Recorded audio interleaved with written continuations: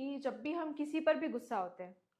और फिर अगर हम उसको बाद में हम जब एकांत में बैठते हैं, अकेले बैठते हैं, शांति में बैठते हैं,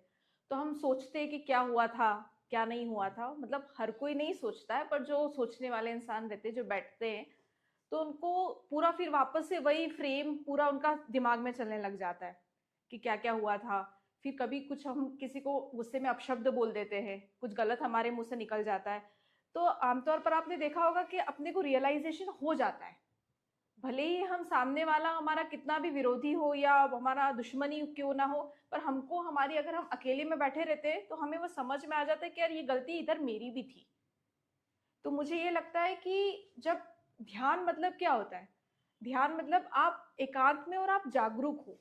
अगर आप जागरूक हो, आप समझने को तैयार हो, आप में इतना मतलब क्या बोलेंगे उसको, विजडम या विवेक है कि आप खुद की गलती को भी मान रहे हो, एक्सेप्टेंस है आपके पास, खास तौर पे आप अपना रहे हो उसको, मतलब आप मान रहे हो। तो आप अगर एकांत में बैठते तो आप माफी मांगने को तैयार रहते हैं, मतलब आपको गलती का रियलाइजेशन होता है। तो एक ये है कि इसलिए क्षमा का वर्ड आप माफी मांग भी लेंगे, और सामने वाला भी अगर गुस्सा कर रहा है, अगर उसको विजडम या विवेक है कि आप खुद की गलती को भी मान रहे हो, एक्सेप्टेंस है आपके पास,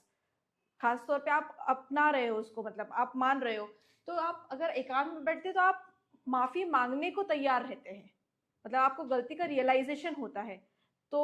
एक ये है कि इसलिए क्षमा का वर्ड आप माफी मांग भी लेंगे, और सामने वाला भी अगर गुस्सा कर रहा है, अगर कोई कुछ भी बोल रहा है, तो आपको उसकी भी स्थिति आपको समझ में आ जाएगी कि यार शायद ये परेशान होगा, शायद इसकी कुछ और दूसरी चीजें होगी तो इसने ऐसा अपशब्द बोल दिया है। तो आप क्षमा करने को तैयार भी रहते हैं और मांगने को भी तैयार रहते हैं, जब आपको समझ में आ जाता है एकांत में कि क्या क्या सिनेरियो हो सकते थे। क्योंकि पॉसिबिलिटीज फिर हम देखते हैं, केवल एक चीज, एक पर्सपेक्टिव हम नहीं लेके चलते। हम जैसे कि सर ने अभी बताया कि एक साक्षी भाव, हम एक वो तटस्थ तरीके से देखते हैं फिर कि क्या हुआ होगा क्या नहीं हुआ होगा, तो हम इसमें हमारे लिए इजी हो जाता है मांगना और माफी, माफ किसी को करना भी।